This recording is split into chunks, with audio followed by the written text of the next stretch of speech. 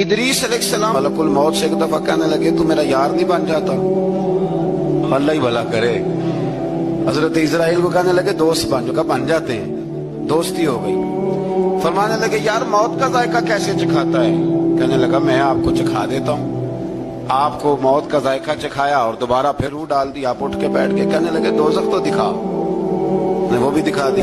فرمایا جنت تو دکھا. جنت بھی دکھائی. تو کہنے لگا واپس چلیں. فرمانے لگے اب تو نہیں جانا. کیوں؟ فرمایا رب فرماتا ہے ہم فیہا خالدون، جو جنت میں آئے گا یہیں رہے گا. میں کہا جناب وہ تو پہلے موت کا ذائقہ چکھنا ہے، پل صراط جو دوزخ کے اوپر ہے وہاں سے گزرنا ہے. تو آپ فرمانے لگے یہ دونوں کام میں کر چکا ہوں اور تو نہیں کرائے ہیں، لہذا میں آ گیا ہوں تو میں نے یہیں پہ رہنا ہے. اب حضرت ملک الموت علیہ السلام نے عرض کی مالک یہ تیرا بندہ. فرمایا تیری دوست بھی اس کے ساتھ لگی تھی تو میری توفیق سے ہی لگی تھی، اور یہ یہاں تک آئے بھی میری توفیق سے ہی ہے. میرا ارادہ بن گیا انہیں یہاں رکھنے کا. میری طلب بھی تو تیرے کرم کا صدقہ ہے. میری طلب بھی تو تیرے کرم کا صدقہ ہے. یہ پاؤں اٹھتے نہیں بلکہ یہ اٹھائے جاتے ہیں.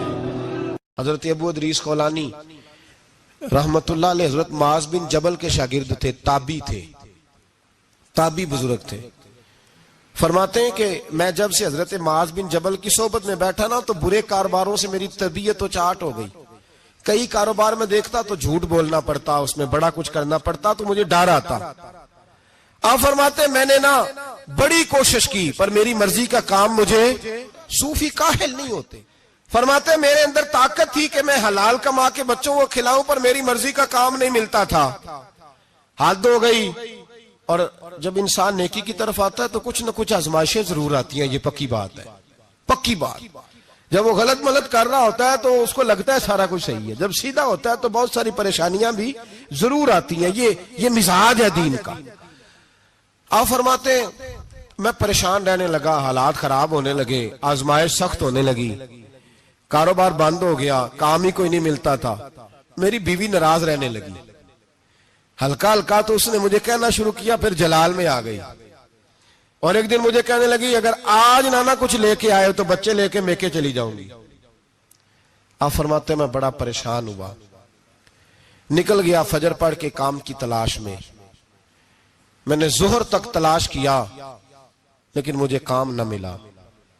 آپ فرماتے ہیں نہر فرات کے کنارے تپتی ہوئی ریت پہ میں بیٹھا تھا تو میرے دل میں خیال آیا بندوں کی مزدوری نہیں ملتی تو آج اللہ کی نہ کر لیں، آج اللہ کی مزدوری نہ کریں. آپ فرماتے ہیں میں نے گرم ریت سے تیمم کیا، وضو کیا وہیں فرات، اور گرم ریت پہ کپڑا بچھایا تو نفل پڑھنے شروع کر دی. زور سے اثر تک نفل پڑھے، زور سے. چلے میں ایک دعا کرتا ہوں، آپ آمین کہنا. اللہ کرے کہ ہم مغرب کے بعد والے نفل ہی پڑھنے شروع کر دیں. نبی کریم سید عالم صلی اللہ تعالی علیہ وآلہ وسلم کے غلاموں کا حال دیکھیں، عبادت کا حال دیکھیں. فرماتے ہیں میں نے کہا آج اللہ کی مزدوری کرے، زور سے اثر تک نفل پڑے گرم ریت پہ. اور جب اثر ہوئی نا تو میں نے اپنے رومال میں نا تھوڑی سی ریت باندھ لی. گھر کی دیواریں چھوٹی چھوٹی تھی. میں نے کہا بیوی نے دیکھا نا خالی ہاتھ آیا ہے تو اندر سے شور کرے گی، ہم سائے بھی سنیں گے. تو چلو جب دیکھے گی نا رومال میں کچھ ہے حوصلہ کرے گی، جب اندر جاؤں گا تو سمجھا لوں گا. آپ مسکرا رہے ہیں نا ہلکا ہلکا، اس کا مطلب ہے ان باتوں میں کافی صداقت ہے. پرانے بزرگ کر گئے تو اس کا مطلب یہ ہے کہ ان میں بہرحال کافی حد تک صداقت ہے. یہ شور ہوتے رہتے. کہتے میں نے وہ کہا کہ چلو دور سے دیکھے گی تو گھر جا کے سمجھا لوں گا. آپ فرماتے پہلے میری بیوی دروازے پہ بیٹھی رہتی تھی، بچے بیٹھے رہتے تھے، منتظر ہوتے تھے کہ کچھ لے کے آئے، گھر میں فاقہ ہوتا. آج میں گیا تو شور ہی کوئی نہیں، کوئی شے نظر نہ آئی. وہ ریت سے بھرا ہوا میرا پلو میں نے دروازے کے ساتھ رکھا، اندر چلا گیا. بیوی کو آواز دی کہاں ہو؟ کہنے لگی منہ ہاتھ دھو لو، میں روٹی لے کے آئی. ہاتھ دھو گئی، روٹی کدھر سے آئی؟ اس گھر میں تو فاقے تھے، کھانا کدھر سے آیا؟ کہتے روٹی لائی، سلاد بھی لائی، دودھ بھی لائی، اس زمانے میں جو نعمتیں تھی پھل بھی لائی، سارا آ گیا. میں نے گھور کے دیکھا، میں نے کہا کدھر سے آیا یہ سارا کچھ؟ کہاں ہے بچے؟ کہنے لگی روٹی کھا کے باہر نکل گئے ہیں. میرے دل میں خیال آیا میری بیوی کا کردار تو چاند سے زیادہ اجلا ہے، تو یہ سارا کچھ کیسے آیا؟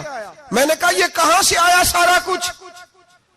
تو کہتی ہے میری طرف دیکھ کے کہنے لگی پتہ نہیں آج کس کریم کی مزدوری کرنے چلے گئے تھے، پتہ نہیں کس کریم کی مزدوری پہ چلے گئے تھے، زور ہوئی ہے تو اس نے اناج کی بوریاں بھیجی ہیں، چاول بھیجے ہیں، پھل بھیجے ہیں، اتنا کچھ بھیجا ہے کہ میرے گھر میں رکھنے کو جگہ ہی کوئی نہیں۔ یہ کہتے کہتے اٹھی اور کہنے لگی پہلے ہی بڑا آیا تھا، اب اور کیا لائے ہو؟ آپ فرماتے میں سکتے میں تھا، اس نے جا کے میرا رومال جو کھولا، میں ریت لایا تھا، رب کریم نے ہیرے بنا دیے، وہ ہیرے بن گئے۔ آپ فرماتے کہنے لگی کس کریم کی مزدوری پہ گئے تھے؟ فرماتے میں اٹھا اور کچی زمین پہ سر سجدے میں رکھا، میں نے کہا مالک میں ساری زندگی دنیا راضی کرتا رہا، لوگوں کے دروازوں پہ کھڑا رہا، تعلقات بنا کر تھوڑی سی روزی کے لیے جدوجہد کرتا رہا، دھتکارا گیا، ستایا گیا، مولا میں تو تیرے دروازے پہ آج آیا ہوں، پوری دیہڑی بھی نہیں لگائی، زور سے سر ڈیوٹی کی ہے، اللہ تیری تھوڑی مزدوری کا اتنا اجر ملتا ہے، خدایا تو اتنا نوازتا ہے۔ فرمایا اللہ میں محنت بھی کروں گا، کام بھی کروں گا، لیکن دنیا کی مزدوری تھوڑی کروں گا، مالک تیری عبادت زیادہ کروں گا۔ بھائی یاد رکھو ہم ساری زندگی لوگ قبروں میں چلے گئے، مسجد نہیں آئے، قبروں میں الہاکم التکاثر حتی زرتم المقابر، قبر میں جانے کا ٹائم آیا، لوگوں کی نمازیں پڑھ دی گئیں پر لوگوں نے نمازیں شروع نہیں کی، نمازیں پڑھ دی گئی۔ کہیں لے جاؤ، شادی کا موقع ہے تو وہ کراچی جانے کو تیار ہے، لیکن چند فرلانگ پہ مسجد ہے، مسجد جانے کو تیار ہے۔ اللہ کے ولی کی علامت ہے وہ عبادت گزار ہوتا ہے، اور جو نہ نماز پڑھے نہ نماز پڑھائے وہ زندیق تو ہو سکتا ہے، پیر ہو سکتا، میں ذمہ داری سے کہہ رہا ہوں زندیق تو ہو سکتا ہے پر پیر ہو سکتا بالکل بے دین ہے، بلکہ بد دین ہے۔ حضرت ادریس علیہ السلام کی دوستی ہو گئی رضوان سے۔ رضوان جنت کے فرشتے کا نام ہے جس کے پاس چابی ہے جنت کی، دروازے پہ بیٹھے ہوتے ہیں، رضوان اس فرشتے کا نام ہے۔ تو حضرت ادریس کا یارانہ تھا، وہ ملنے آتے تھے جناب ادریس علیہ السلام کو۔ تو ایک دن حضرت ادریس کہنے لگے تو خود تو یہاں کی سیر کر جاتا ہے، مجھے کبھی کرائی نہیں۔ کہا آپ بھی کر لیں، تو فرشتہ آپ کو جنت دکھانے لے گیا۔ جنت میں جا کے تو کہنے لگا حضور چلے، فرمانے لگے کدھر؟ کہنے لگا واپس، فرمانے لگے میں نے جانا ہی نہیں۔ اس نے کہا کیوں؟ فرمانے لگے اللہ فرماتا ہے ہم فیہ خالدون، جو جنت میں آئے گا نکالا نہیں جائے گا، تو کیسے مجھے نکال سکتا ہے؟ کہنے لگے جناب آپ نے سیر کا کہا تھا۔ فرمایا سیر ہی ہے یہ، اس لیے کہ جنتی ساری عمر ہی سیر کریں گے، وہ سیر ہی کریں گے، سفر تو تھکا دیتا ہے بندے کو، یہ سیر ہی ہے۔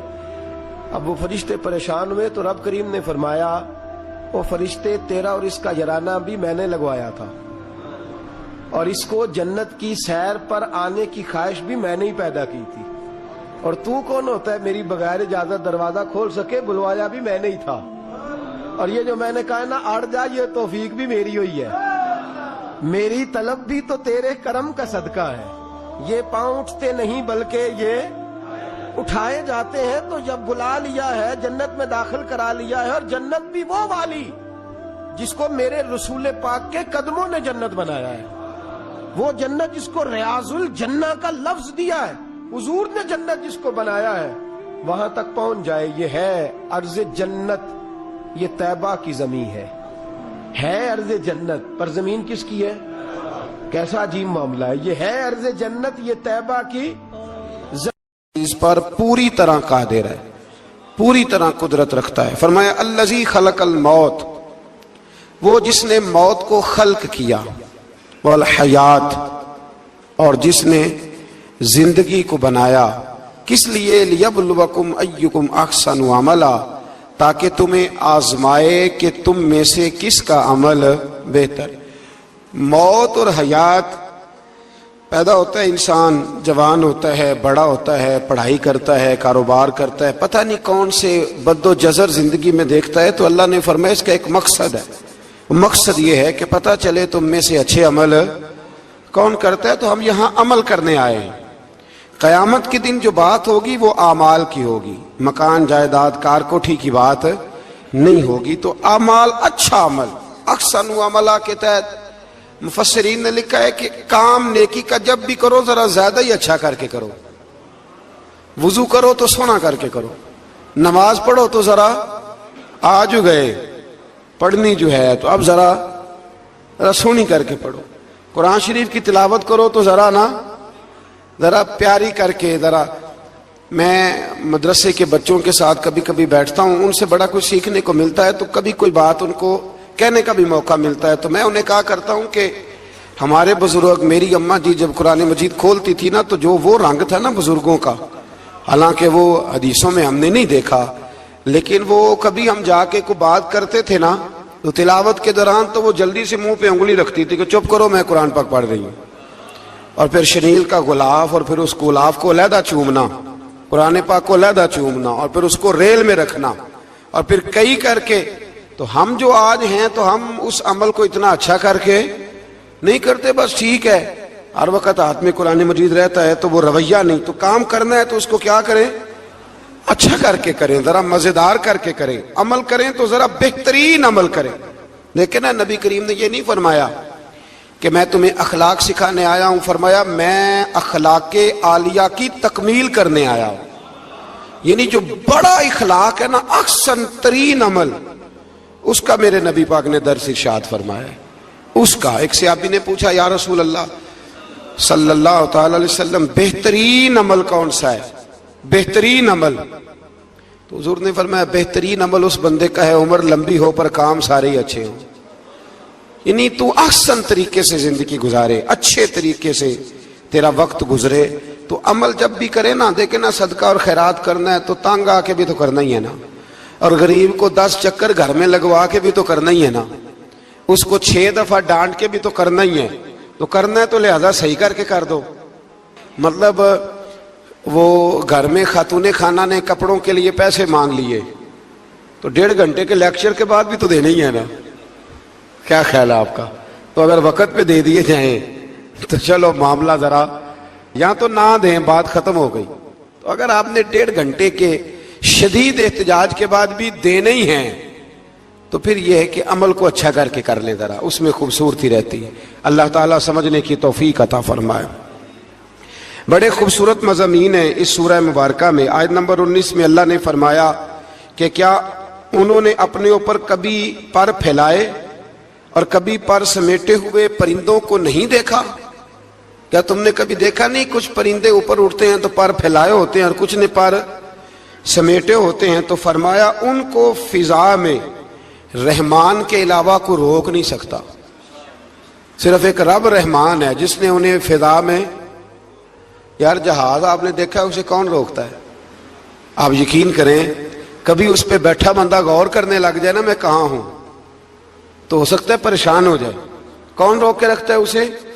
تو فرمایا یہ رب کی قدرت ہے، جہاں چاہے جس کو چاہے وہیں کھڑا فرما دے، یہ اللہ تبارک و تعالیٰ کی قدرت ہے۔ آیت نمبر 20 میں اللہ کی مدد کرنے اور رزق عطا کرنے کا بیان ہے کہ اللہ مدد بھی کرتا ہے تمہاری اور تمہیں رزق بھی عطا کرتا ہے۔ آیت نمبر 23 میں فرمایا کہ اللہ وہ ہے جس نے تمہیں پیدا کیا، تمہیں سننے، دیکھنے اور سمجھنے کی صلاحیتیں عطا کی، مگر بندے بڑے کم ہیں، بڑے کم بندے ہیں جو اللہ کی نعمتوں کا شکر ادا کرتے ہیں۔ یہ سوچنے سمجھنے کی صلاحیت آپ کے خیال میں چھوٹی نعمت ہے؟ بہت بڑی نعمت ہے۔ آپ یقین کریں بعض لوگوں کے پاس سارا کچھ ہوتا ہے لیکن شعور کی دولت نہیں ہوتی، تو یہ بہت بڑی نعمت ہے، اس کا بھی اللہ کی بارگاہ میں شکر ادا کیا کریں۔ جب اللہ کو عقل شعور دے دے تو دوسروں کو بیوقوف سمجھنے کی بجائے نا اس نعمت پر اللہ کا شکر ادا۔ آگے سورہ قلم ہے، اس سورہ مبارکہ کے اندر اللہ تبارک و تعالی نے نا قسمیں ارشاد فرمائیں اور قسم کھا کے کہا کہ محبوب آپ کوئی مجنون نہیں، آپ کو دیوانے نہیں، یقیناً آپ کے لیے ایسا اجر ہے جو کبھی ختم نہیں ہوگا۔ اور پھر فرمایا وَإِنَّكَ لَعَلَىٰ خُلُقٍ عَظِيمٍ، محبوب جتنے عظیم الشان اخلاق تھے نا ان سب کا ہم نے آپ کو مالک بنا دیا ہے۔ یہ اعلیٰ لفظ اصطلاح ہے، قبضے کے معنی میں آتا ہے عربی میں۔ فرمایا ہم نے آپ کو اخلاق عالیہ کا مالک بنا. جتنے اچھے اخلاق ہیں ان سب کا اللہ نے نبی پاک کو مالک. اور سب مفسرین نے بڑا کچھ لکھا، پر بریلی کے امام نے ایک جملہ لکھا تو بڑا ہی شاندار لکھا. اعلیٰ حضرت فرمانے لگے کہ اخلاق یہ نہیں کہ جو کام اچھا تھا وہ نبی کریم نے کیا ہے، بلکہ فرماتے ہیں جس کو حضور نے کر دیا وہ اچھا ہو گیا. جس کو حضور نے کر دیا وہ اچھا. فرماتے ہیں رسول کریم کا مسکرانا بھی اچھا ہی ہے، اور کبھی دین کی مخالفوں پر ناراض ہونا بھی اچھا ہی ہے. نبی پاک علیہ السلام کا بدر میں تلوار اٹھانا بھی اچھا ہے، اور رسول کریم صلی اللہ تعالی علیہ وسلم کا فتح مکہ کے دن معاف کر دینا بھی، یہ سارا کچھ ہی اچھا ہے. بس جس کو حضور جب کرتے گئے وہ اچھا ہوتا گیا. اور حضرت عائشہ صدیقہ رضی اللہ تعالیٰ عنہ سے جب کسی نے پوچھا تھا کہ بتائیے نبی کریم علیہ الصلوۃ والسلام کے اخلاق عالیہ کیسے تھے، تو حضرت عائشہ صدیقہ کہنے لگی تم نے قرآن نہیں پڑھا؟ سارے اخلاق جو قرآن میں ہیں وہ سارا میرے رسول پاک کا اخلاق ہی ہے، وہ سارا میرے نبی کریم علیہ السلام کا اخلاق ہی ہے، وہ سارا اخلاق ہے رسول پاک سید عالم صلی اللہ تعالی علیہ وسلم. تو پھر اس سے آگے جا کے نا آیت نمبر 8 سے اللہ تبارک و تعالی نے رسول کریم صلی اللہ علیہ وسلم کو فرمایا کہ کفار چاہتے ہیں کہ دین کے معاملے میں آپ ان سے بے جا رعایت برتیں، آپ ان پر آسانی کریں، کھلی چھٹی دے دیں، اور جواب میں وہ بھی رعایت کریں گے. فرمایا ایسا نہیں ہو سکتا، حق پر کوئی سمجھوتا نہیں ہو سکتا. اس کے بعد ایک دشمن رسول صلی اللہ علیہ وسلم، مفسرین نے اس کا نام ولید بن مغیرہ لکھا ہے، اس نے نبی پاک علیہ السلام کی گستاخی کی تھی تو اللہ نے اس کے 9 کبھی باتیں قرآن میں بیان کی، بڑی باتیں ارشاد فرمایا جھوٹی قسمیں کھاتا ہے، نکتہ چینیاں کرتا ہے، سخت منع کرنے والا ہے بلائی سے اور حد سے بڑھنے والا ہے. اور آخر میں فرمایا اتلم بعد ذالک الزنیم، فرمایا یہ نہ ہے ہی بد اصل، اس کی اصل میں ہی مسئلہ ہے. یہ کتنی سخت بات ہے، جب نبی کریم کے بے ادب کی بات ہوتی ہے تو پھر باتیں سخت ہی ہوتی ہیں. یہ قرآن مجید نے سخت باتیں فرمایا کہ یہ اس کی اصل میں ہی مسئلہ ہے. محبوب اس نے ایک بات کی تو اللہ کریم نے 9 اس کی کبھی اوصاف بیان فرمائے. اس لیے اعلیٰ حضرت نے کہا تھا دشمن احمد پہ شدت کیجئے، دشمن احمد پہ شدت کیجئے، ملحدوں سے کیا مروت کیجئے، شرک ٹھہرے جس میں تعظیم حبیب، اس برے مذہب پہ لعنت کیجئے، اس برے مذہب پہ لعنت کیجئے. اور جو نہ بھولا ہم غریبوں کو رضا، ذکر اس کا اپنی عادت کیجئے. آگے پھر سورۃ الحاقہ، اس سورہ مبارکہ کے شروع میں قیامت کے حق اور یقینی ہونے کو بیان کیا گیا ہے. پھر قوم سمود اور قوم عاد اور فرعون پر نازل ہونے والے عذاب کا ذکر ہے. یہ سارے مضامین پہلے بیان ہو چکے ہیں نا جی، ماشاءاللہ تفصیل سے ہم سن چکے ہیں. قوم عاد، قوم سمود، ان سب کے بارے میں اس سورہ مبارکہ میں اللہ نے بیان فرمایا. اسی سورہ کی آیت نمبر 19 سے بتایا کہ قیامت میں جس کے نامہ اعمال اس کے دائیں ہاتھ میں دیا جائے گا یہ اس کے سرخرو ہونے کی علامت ہوگی. جس کے سیدھے ہاتھ میں نامہ اعمال دیا جائے گا مطلب ہوگا کہ کامیاب ہو گیا، اور وہ افتخار کے ساتھ لوگوں سے کہے گا، بڑے فخر کے ساتھ کہے گا کہ آؤ میرا نامہ اعمال پڑھو. اس کے برعکس جس کا نامہ اعمال اس کے بائیں ہاتھ میں دیا جائے گا یہ اس کی رسوائی کی علامت ہوگی، اس کی رسوائی کی علامت ہوگی. اور وہ کہے گا کاش میرا نامہ اعمال دیا ہی نہ جاتا اور موت کے ساتھ ہی میرا قصہ ہمیشہ کے لیے ختم ہو چکا ہوتا. جس کا بھی نامہ اعمال سیدھے ہاتھ میں، ہمارے بزرگ فرماتے ہیں کہ سیدھے ہاتھ سے لینا دینا حضور کی سنت ہے. کوشش کریں لیں بھی سیدھے ہاتھ سے، دیں بھی، کھائیں بھی سیدھے ہاتھ سے. فرماتے ہیں عادت ہی سیدھے ہاتھ کی بنا لو، جب قیامت میں فرشتے نامہ اعمال دینے لگے تو عادت ہی سیدھے ہاتھ کی ہو، عادت ہی سیدھے ہاتھ کی ہو، عادت، اور سیدھے ہاتھ سے لیں، سیدھے ہاتھ سے ہی دیں. قیامت میں جس کا نامہ اعمال سیدھے ہاتھ میں دیا جائے گا سمجھیے وہ کامیاب ہوا. اور جب جس بچے کی فرسٹ پوزیشن آئی ہوتی ہے نا وہ رزلٹ کارڈ سارے محلے کو دکھاتا ہے.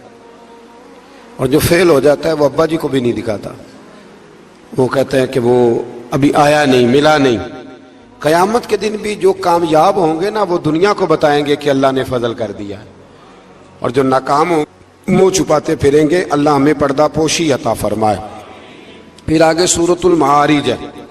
اس سورت کے شروع میں ہی عذاب قیامت کا ایک بار پھر بیان ہے کہ حشر کا ایک دن 50,000 سال کے برابر ہوگا، آسمان پگھلے ہوئے تانبے کی طرح ہو جائے گا، اور پہاڑ دھنی ہوئی رنگین اون کی طرح ہو جائیں گے، کوئی کسی کا پرسان حال نہ ہوگا۔ اس وقت مجرم یہ تمنا کریں گے کہ بیوی بھائی رشتہ دار، بیوی بھائی رشتہ دار اور تمام اہل زمین سب کو اپنا فدیہ دے کے اپنی جان چھڑا لے، سب کو دھونس دے آگ میں لیکن اپنی جان چھڑا لے۔ اس دن انسان کا یہ حال ہوگا۔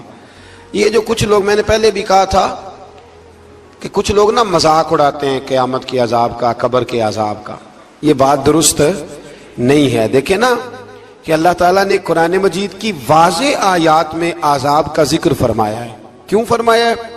کہ لوگ اس عذاب سے ڈرے، اس سے بچنے کے لیے تیاری کریں، یہ بیان فرمایا۔ اب یہاں لوگ مذاق اڑاتے ہیں معاذ اللہ تعالیٰ، کہتے ہیں دیکھو جی فلاں مولانا کہہ رہے تھے بچھو آئیں گے تو یہ ہوگا۔ خدا کے بندو، مولانا کون ہوتے ہیں؟ مولانا کون ہوتے ہیں یہ بات کرنے والے؟ یہ تو حدیثوں میں آئی، قرآن مجید کی آیات میں آئی۔ آپ مذاق نہیں اڑائیں بلکہ کوشش کریں کہ اللہ تبارک و تعالی ہمیں سمجھنے کی توفیق عطا فرمائے۔ پھر آیت نمبر 19 سے انسان کے کم حوصلہ ہونے، مصیبت کے وقت گھبرا جانے اور نفع پہنچنے کی صورت میں بخل کرنے کا ذکر ہے۔ فرمایا بڑے کم حوصلے والا ہے، مصیبت کے وقت گھبرا جاتا ہے، اور اگر اسے ہم نفع دیں نا تو جب نفع ملے تو چاہیے تھا نا سخاوت کرتا، تو اس وقت کیا کرتا ہے؟ بخل کرتا ہے، کنجوسی کرتا ہے۔ اللہ فرما رہا ہے، نبی پاک علیہ الصلوۃ والسلام نے فرمایا یہ جو سخی ہوتا ہے نا، فرمایا یہ سخی بندوں کے دل کے قریب بھی ہوتا ہے، اللہ کے قریب بھی ہوتا ہے اور جنت کے قریب بھی ہوتا ہے۔ اور فرمایا یہ جو بخیل ہوتا ہے نا، بخیل، یہ بندوں سے بھی دور ہی ہوتا ہے، بندوں سے بھی دور ہے، جنت سے بھی دور ہے، اور اللہ تبارک و تعالیٰ کے قرب سے بھی دور ہے۔ اور حضور فرماتے ہیں جب صبح سورج طلوع ہوتا ہے تو فرشتہ دعا کرتا ہے، اللہ سخی کو زیادہ عطا فرما، اور کہتا ہے یا اللہ جو کنجوسی کرے نا اس سے روک لے، اسے نہ دے، اس لیے کہ جب وہ نہیں دے رہا۔ بڑی خوبصورت مثال علامہ اسماعیل حقی نے لکھی ہے۔ آپ فرماتے ہیں کنویں سے سارا پانی ختم ہو جائے تو نیچے سے تازہ آ جاتا ہے، اور اگر پانی ختم نہ ہو اندر ہی پڑا رہے تو باسی ہو جاتا ہے۔ تو ایسا ہونا چاہیے کہ ایک دفعہ سارا پانی ختم، میں آپ کو سارا مال صدقہ کرنے کو نہیں کہہ رہا، لیکن حضرت ابوبکر صدیق نے کئی دفعہ یہ کام کیا۔ ہجرت کی رات بھی سارے پیسے ہی لے گئے، تبوک کے دن بھی سارے پیسے خرچ کر دیے، حضور نے اعلان کیا تو سارے پیسے ہی۔ مولانا حسن رضا صاحب فرمایا کرتے تھے اعلیٰ حضرت کے بھائی، بیاں ہو کس زبان سے مرتبہ صدیق اکبر کا کہ محبوب خدا محبوب ہے صدیق اکبر کا، اور لٹایا راہ حق نے گھر کئی بار اس محبت سے کہ لٹ لٹ کر حسن گھر بن گیا صدیق اکبر کا، لٹ لٹ کر حسن گھر بن گیا صدیق اکبر کا۔ تو کنجوسی سے بچنے کی کوشش کریں۔ ہاں اسلام فضول خرچی سے منع کرتا ہے، فضول خرچی نہیں کریں، لیکن جہاں خرچ کرنا ہو وہاں سے کنجوسی بھی نہ کریں۔ پھر اس سے آگے سورہ نوح کا ذکر ہے۔ اس سورہ کے شروع میں ہی نوح علیہ السلام کا اپنی قوم کی طرف مبعوث ہونے پر قوم کو اللہ کی عبادت کی دعوت دینے اور گناہ چھوڑنے کا ذکر ہے۔ پھر حضرت نوح علیہ السلام نے جو اپنی قوم کے بارے میں اللہ سے فریاد کی کہ اللہ یہ نہیں مانتے، پھر عذاب آیا، تو اس ساری بات کا اللہ نے سورہ نوح کے اندر ذکر فرمایا۔ پھر آگے سورۃ الجن ہے، سورہ جن۔ میں نے آپ کو پچھلے کچھ اسباق میں بھی بتایا تھا کہ جن نبی کریم علیہ السلام کے غلام تھے، حضور کا کلمہ پڑھتے تھے۔ جنات مسلمان ہوتے ہیں، بلا وجہ کسی کو تنگ نہیں کرتے۔ ہمارے ہاں جتنا شور ہے نا جنات کے آنے کا، اتنے آتے نہیں، اتنا کالا جادو ہوتا نہیں جتنا کہ ہم لوگوں نے سمجھ لیا ہے۔ قرآن مجید کی آخری 2 سورتیں پڑھیں، اللہ اپنی رحمت فرمانے والا ہے، اللہ کرم نوازی کرنے والا ہے۔ اس صورت میں اس امر کا بیان ہوا ہے کہ جنات جو تھے وہ عالم بالا میں خبروں کہ سن گن کے لیے خبریں تلاش کرنے کے لیے جایا کرتے تھے، مگر اب وہ وقت آ گیا ہے کہ عالم بالا میں ان کا داخلہ بند کر دیا گیا ہے۔ ایک وقت تھا کہ جنات خبریں سننے گننے کے لیے چلے جاتے تھے، اب ان کا داخلہ اب وہاں کی خبریں بتا سکتے، یعنی کو بابا جی اگر کہہ دینا کہ مجھے جن نے بتایا ہے کہ تیری اتنی روزی ہے، اتنی باندھ ہے، تب تو مر جائے گا، تو یہ بات اس لیے درست نہیں کہ اب جنوں کا وہاں جانا ویسے ہی بند ہو گیا۔ تو اب بابا جی تو آپ کو پتہ ہے نا، یہ بھی کہہ دیتے ہیں اللہ ماشاءاللہ کہ وہ چیزیں پیسے مانگتی ہیں، تو میں نے کہا مطلب چیزوں کا پیسے مانگنا تو سمجھ میں نہیں آتا، یا پھر کوئی ایسی بات بتا دی جاتی ہے کہ جس سے وہ پیسے دینے والا ماحول بن جاتا ہے۔ تو فرمایا اب ان کا وہاں جانا بند ہے، اور جو بھی جاتا ہے محافظ ان کا راستہ روک لیتے اور آگ کے گولے ان پر برسائے جاتے ہیں اگر آسمانوں پر جانے کی جن کوشش کریں۔ جنات نے مشورہ کیا کہ پورے روئے زمین کا جائزہ لے کے دیکھیں آخر یہ سارا منزل کیوں تبدیل ہو گیا، تو ضرور کوئی بڑی تبدیلی آئی ہے۔ حضرت ابن عباس رضی اللہ تعالیٰ عنہ نے بیان کیا کہ ان کی ایک جماعت مکے کی طرف گئی اور وہاں نبی پاک علیہ السلام عکاظ کے بازار میں اپنے اصحاب کو صبح کی نماز پڑھا رہے تھے۔ انہوں نے یہ قرآن سنا اور پھر جن جا کے دوسروں کو کہنے لگے کہ ایسا قرآن سن کے آئے ہیں کہ جیسا کبھی نہیں سنا۔ تو آؤ پھر محبوب کریم کی بارگاہ میں چلتے ہیں، خود بھی مسلمان ہوئے اور اپنی قوم کو بھی اسلام کی دعوت دی۔ اس کی آیت نمبر 26 میں اللہ تبارک و تعالیٰ نے فرمایا، یہ سورہ جن جو ہے نا، اس کی آیت نمبر 26 اللہ کریم نے ارشاد فرمایا، عالم الغیب فلا یظہر علی غیبہ احدا، فرمایا غیب کا جاننے والا اپنے غیب پر کسی کو مطلع نہیں کرتا، غیب کا جاننے والا آگاہ نہیں کرتا اپنے غیب پر کسی کو بھی۔ آگے فرمایا الا من ارتضی من رسول، لیکن اپنے رسولوں میں سے جس کو پسند کرتا ہے اس کام کے لیے چن لیتا ہے۔ کسی عام بندے کو غیب پر مطلع، یہ آیت نمبر 26 میں نے کتنی دفعہ یاد کرائی آپ کو؟ تو بھئی عقائد جو ہوتے ہیں وہ جب سے ہم قرآن مجید پڑھ رہے ہیں جگہ جگہ عقائد آئے ہیں اہل سنت کے، جگہ جگہ آئے، تو آپ سمجھے نا کہ یہ عقیدہ جو ہوتا ہے یہ شعر سے ثابت نہیں ہوتا، یہ قرآن حدیث سے ثابت ہوتا ہے۔ شعر تو ایک ذوق کا نام ہے۔ تو فرمایا عام آدمی کو اللہ غیب پر اطلاع نہیں دیتا، پر اپنے رسولوں میں سے جس کو چاہتا ہے اس کام کے لیے چن لیتا ہے۔ تو بتائیے نبی پاک سے بڑھ کے بھی اللہ کسی کو چاہتا ہے؟ حضور نے فرمایا خبردار ہو جاؤ، اس نے مجھے اپنا محبوب بنایا ہے، الا وانا حبیب اللہ، خبردار میں اللہ کا حبیب بن کے آیا ہوں۔ تو علم غیب اللہ نے اپنے رسول کو دیا، اور اس کی برکت سے نبی کریم علیہ السلام نے دین کا بہت سارا کام کیا۔ حبیب کریم علیہ السلام نے بہت ساری باتیں، اور بہت سارے ایسے لوگ ہیں جو صرف حضور کا غیب دیکھ کے ایمان لائے، یعنی ایمان ہی غیب دیکھ کے لائے۔ خود حضرت عباس نبی کریم کے چچا، وہ جب بدر کے لیے آنے لگے نا، وہ آنا اس وقت بھی نہیں چاہ رہے تھے، پر قبیلے اور برادری نے مجبور کر کے انہیں ساتھ تیار کیا۔ وہ آئے نا تو جو گھر میں سونا پڑا تھا نا وہ ایک جگہ پہ چھوڑ آئے، اپنی بیوی کو کہنے لگے کہ میں آ گیا تو نکال لوں گا، اور اگر میں قتل کر دیا گیا تو نا نکال کے بچوں پہ خرچ کر دینا۔ تو نبی پاک علیہ الصلوۃ والسلام کے پاس جب یہ قیدی ہو کے آئے تو حضور نے فرمایا چچا فدیہ دو، اتنے پیسے دو چلے جاؤ۔ تو کہنے لگے میرے پاس تو شے ہی کوئی نہیں۔ وہ جو 15 دن عمرے والے وہاں رہتے ہیں نا، وہ 2.5 من کی شاپنگ کر لیتے ہیں، اور جب کسٹم والا کہتا ہے پیسے دو تو تازہ عمرہ کیا ہوتا ہے، کہتے شے ہی کوئی نہیں۔ یہ ظلم ہے، تازہ عمرہ کیا ابھی آئے ہیں، ہاں جی۔ تو مطلب اتنی وہ خستہ حالی ہو جاتی ہے۔ یہ میں پریکٹیکل بتا رہا ہوں اللہ کے فضل سے۔ ایک سے میں نے کہا تو مجھ سے لے لے، کہتا چپ کرو تسی کو بچ بول دے ہو۔ میں نے کہا مجھ سے لے لو دے دینا، کہتا تو چھڈو۔ بھائی چھوڑیں، آپ کیوں غلط بات کرتے ہیں؟ تو بہت سارے بندے ہوتے ہیں جو کہتے ہیں شے ہی کوئی نہیں، بالکل کوئی شے نہیں۔ ہاں کوئی پلاٹ سستا بک رہا ہو تو پیسے نکل آتے ہیں، پھر کہتے ہیں میں پھڑے نہیں کسی کو لو، بھائی کو کھا جائے گا۔ چلے ٹھیک ہے آپ چھپائیں اپنی دولت کو، لیکن ان لفظوں کے ساتھ ناشکری کرنا کہ شے ہی کوئی نہیں، یہ معاملہ درست ہے۔ تو حضرت عباس نے بھی نا نبی کریم کی بارگاہ میں عرض کیا حضور کوئی شے نہیں، کہاں سے دوں؟ تو حضور مسکرائے۔ حضور نے فرمایا چاچا جب گھر سے نکلنے لگے تھے تو وہ اکیلے میں میری چچی کو بلا کے جو پیسے دے کے آئے تھے، اور وہ اس کو کہہ کے آئے تھے کہ میں آ گیا تو میں تمہیں بتاؤں گا کیا کرنا ہے، نہ آیا تو پھر نکال کے بچوں پہ خرچ کر دینا۔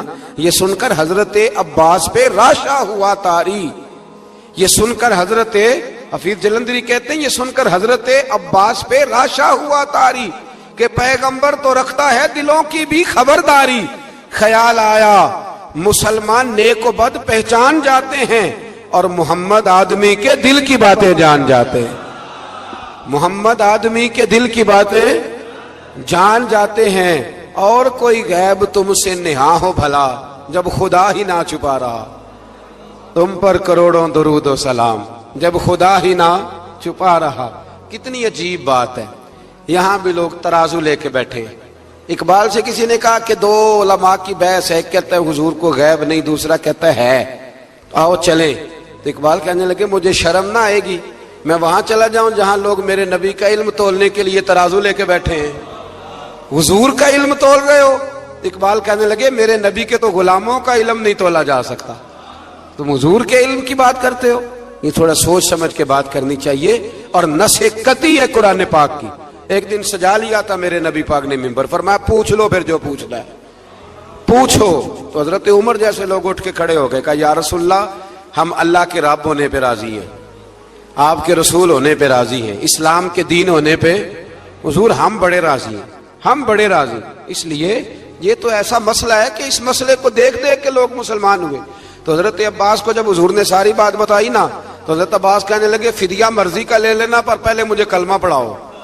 کہا کیوں؟ فرمایا مجھے سمجھ آ گئی ہے، وہ بات میرے اور میری بیوی کے علاوہ کسی کو پتہ ہی نہیں، اگر آپ کو پتہ چلی ہے تو یقیناً آپ کو کوئی بتانے والا ہے، تو وہ جو آپ کو بتانے والا ہے نا وہی رب العالمین ہے۔ تو حضور کا تو غیب دیکھ کے دنیا کلمہ پڑھ جاتی تھی۔ اس پر بڑی تفصیل سے میں نے ایک دفعہ بات کی تھی، موقع ملا تو وہ ساری روایات ایک جگہ کسی وقت جمع کریں گے انشاءاللہ تعالی، اور آپ کو عرض کریں گے کہ وہ کیا خوبصورت ماجرا ہے۔ اور اب تو الحمدللہ ایک اور آسانی بھی ہو گئی ہے، میری باتیں کوئی اس قابل تو نہیں تھی لیکن چونکہ اللہ رسول کے فرامین تھے تو ایک دوست نے لکھنی شروع کر دی، انشاءاللہ جلدی چھاپ بھی جائیں گے۔ تو عرض کرنے کا مقصد یہ ہے کہ یہ چیزیں آئیں گی اور آپ کو بتائیں گے کہ اللہ نے اپنے محبوب کریم کو کس طرح غیب کے خزانوں کی کنجیاں عطا فرمائی ہوئی۔ تو اس سے آگے پھر سورہ مزمل شروع ہوتی ہے، سبحان اللہ۔ سورہ یا ایھا المزمل، کہا او چادر اوڑھنے والے محبوب، قم اللیل الا قلیلا، ساری رات نہ بیدار رہا کر، تھوڑا آرام بھی کر لیا کر، تھوڑا سا۔ کیا کہا حضرت نے؟ خدا کی رضا چاہتے ہیں دو عالم، خدا چاہتا ہے رضا۔ اور درویش کہتے ہیں رب آکھیا سونیا محبوبہ تیرے سو سو ناز اٹھانا ہاں، لوکی میریاں قسماں چاندے نے میں تیریاں قسماں چاہنا۔ کہا اے میرے پیارے حبیب، اے چادر اوڑھنے والے، تھوڑا آرام بھی کیا کریں۔ حضور ساری رات نماز پڑھتے تھے نا، اللہ نے کہا محبوب تھوڑا آرام بھی کیا کریں۔ پھر اس میں بڑے خوبصورت چیزیں اللہ کریم نے بیان فرمائی ہیں، قیامت کی ہولناکیوں کا بھی ذکر فرمایا ہے۔ پھر آخر میں فرمایا کہ تم اپنی بھلائی کے لیے جو کچھ بھی آگے بھیجو گے اس کو اللہ تعالیٰ کے پاس اس سے بہتر اور زیادہ ثواب والا پاؤ گے۔ یعنی اس کا معنی یہ بھی ہو سکتا ہے کہ اپنی سوچ سے زیادہ تم ثواب پاؤ گے، جو چیز آخرت کے لیے تم بھیجو گے۔ اور اللہ سے مغفرت طلب کرتے رہو، بے شک اللہ بہت مغفرت فرمانے والا اور بے حد رحم کرنے والا ہے۔ پھر اس سے آگے سورہ مدثر ہے، مزمل کے فوراً بعد سورہ مدثر۔ اس سورہ مبارکہ میں بڑا خوبصورت انداز ہے، یا ایھا المدثر، اے چادر اوڑھنے والے، قم فانذر، اٹھیے اور لوگوں کو ڈرائیے، اٹھیے آپ پیغام دیجئے، اٹھیے لوگوں کو ڈرائیے۔ اٹھ باندھ کمر کیوں ڈرتا ہے، پھر دیکھ خدا کیا کرتا ہے، آپ اٹھیے۔ اس صورت میں اللہ تعالیٰ نے آپ کو شان محبوبی کے ساتھ خطاب کرتے ہوئے فرمایا ہے چادر اوڑھنے والے اٹھیے اور لوگوں کو اللہ کے عذاب سے ڈرائیے اور اپنے رب کی کبریائی کا اعلان فرمائیے، بتائیے کہ آپ کا رب کتنا بڑا ہے۔ آیت نمبر 42 میں فرمایا جہنمیوں سے پوچھا جائے گا تمہارے جہنم میں جانے کا سبب کیا بنا۔ یہ سورہ مدثر کی آیت نمبر 42 چلو 42 آخری نے آیت نمبر 42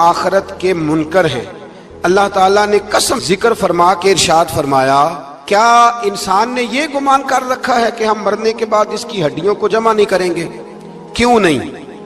ہم اس بات پر قادر ہیں کہ ان کی انگلیوں کے پورے جیسے پہلے تھے ویسے ہی بنا دیں گے، یعنی انگلیاں تک تمہاری جمع کر لی جائیں گی، انگلیاں تک۔ قیامت کے دن تمہیں کسی کی قبر کھلی تو اس کو دیکھا کہ ہڈیوں کا پنجر بن گیا، لیکن اللہ اسے بھی قیامت میں جمع فرمائے گا دوبارہ سے۔ اور وہ مثال میں تیسرے چوتھے پارے میں دے چکا ہوں، جب حضرت ابراہیم علیہ السلام نے جانوروں کا پرندوں کا قیمہ کر کے رکھا تھا اور کہا پکاریے، تو وہ سارے اپنے پروں پر دوڑتے ہوئے حاضر ہو گئے تھے۔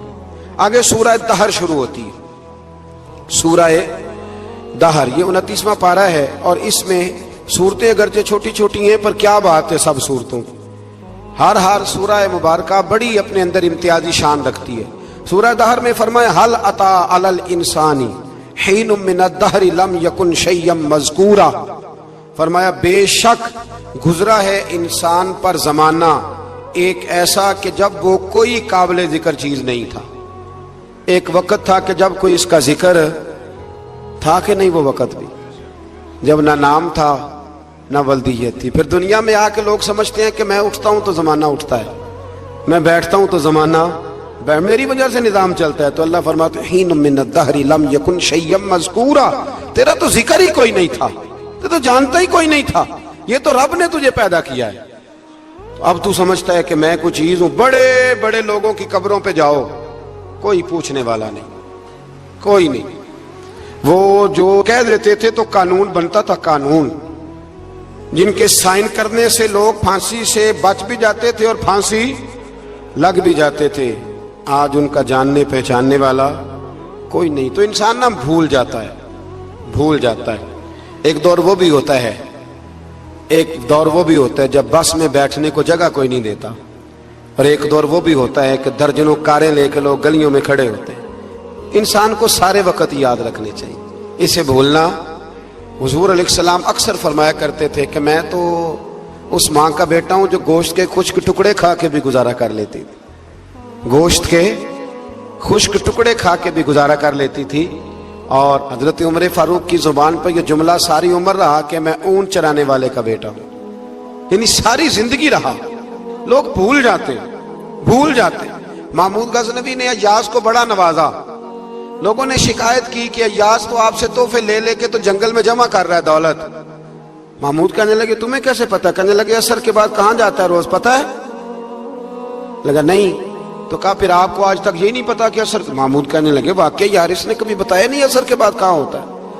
عصر کی نماز پڑھ کے محمود ایاز کے پیچھے پیچھے گئے تو جنگل میں جا کے نا ایک جھونپڑی اندر سے کنڈی لگا لی، سپاہی ساتھ تھے۔ محمود نے غصے سے دروازہ بجایا، کھٹکھٹایا، اور ایاز نے جھٹ سے دروازہ کھولا۔ محمود دھکا دے کے اندر گئے تو دیکھا تو ایک پھٹی ہوئی چٹائی، ایک پرانا کرتا، ٹوٹے ہوئے جوتے، ایک پگڑی، اور تھوڑا سا نا سامان ہلکا پھلکا بکھرا پڑا ہے۔ یہ کیا ہے؟ کیوں آتے ہو یہاں؟ بتایا کیوں نہیں؟ تو ایاز کہنے لگے بادشاہ میں یہاں نا روزانہ اپنی اوقات یاد کرنے آتا۔ کیا مطلب؟ کہنے لگے جب میں تیرے پاس آیا تھا تو یہ والا میں نے پہنا ہوا تھا لباس، یہ میرے گھر کی کل مالیت تھی، تو بادشاہ ہے۔ آج اگر تو ناراض ہو جائے تو کون پوچھ سکتا ہے؟ میں روز آ کے اپنی اوقات یاد کرتا ہوں کہ دوبارہ اگر یہاں آنا پڑے تو مجھے مشکل نہ ہو۔ ملا رومی سے کسی نے کہا تھا خشیت کیا ہوتی ہے؟ تو آپ فرمانے لگے ایک مانگنے والی سے ایک بادشاہ نے نکاح کر لیا تھا، مانگتی تھی، بادشاہ کو پسند آ گئی، شادی ہو گئی، تو سارا دن روتی تھی، سارا دن روتی تھی۔ تو اس کی کنیزیں اس سے کہنے لگی کہ بس بھی کر، اللہ کا شکر بھی ادا کر، اتنا تجھے اللہ نے نواز، تو روتی رہتی ہے۔ تو کہنے لگی اس لیے نہیں روتی اس لیے ہوں کہ میں اس قابل نہیں تھی، اور ڈرتی اس بات سے ہوں کہ کہیں میرا سائیں ناراض نہ ہو جائے۔ میں تے گلیاں دا روڑا کوڑا تے مینوں محل چڑھایا۔ ایک میرا سنگی نا بڑا مہنگا سویٹر لے آیا میرے لیے، کچھ زیادہ ہی مہنگا تھا وہ۔ میں نے اسے کہا یار یہ رکھ لے تو۔ کہنے لگے ہم لے آیا تو بس قبول کریں۔ تو میں نے کہا میری اماں نا کروشیے سے میرے لیے سویٹر بناتی تھی،